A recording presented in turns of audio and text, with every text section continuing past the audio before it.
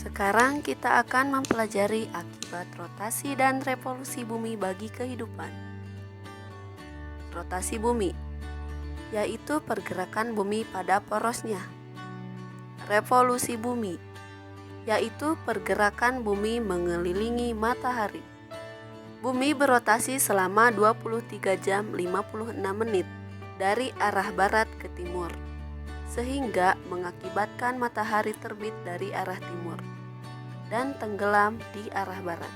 Dampak rotasi bumi terhadap kehidupan di bumi diantaranya terjadinya siang dan malam, perbedaan waktu di berbagai tempat, gerak semu harian matahari, dan perbedaan percepatan gravitasi.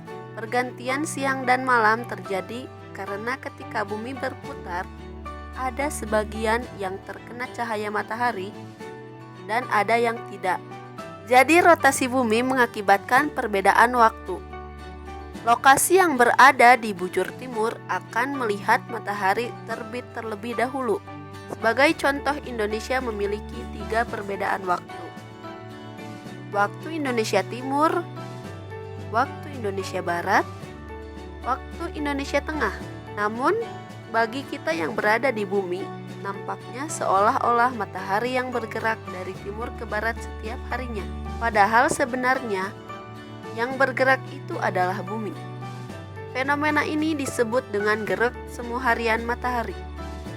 Akibat rotasi bumi yang terakhir adalah perbedaan percepatan gravitasi bumi.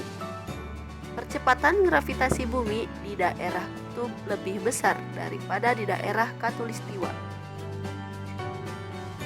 Karena jarak permukaan bumi di kutub lebih dekat ke pusat bumi. Revolusi bumi. Revolusi bumi adalah peredaran bumi mengelilingi matahari selama 365 1/4 hari dalam waktu 1 tahun.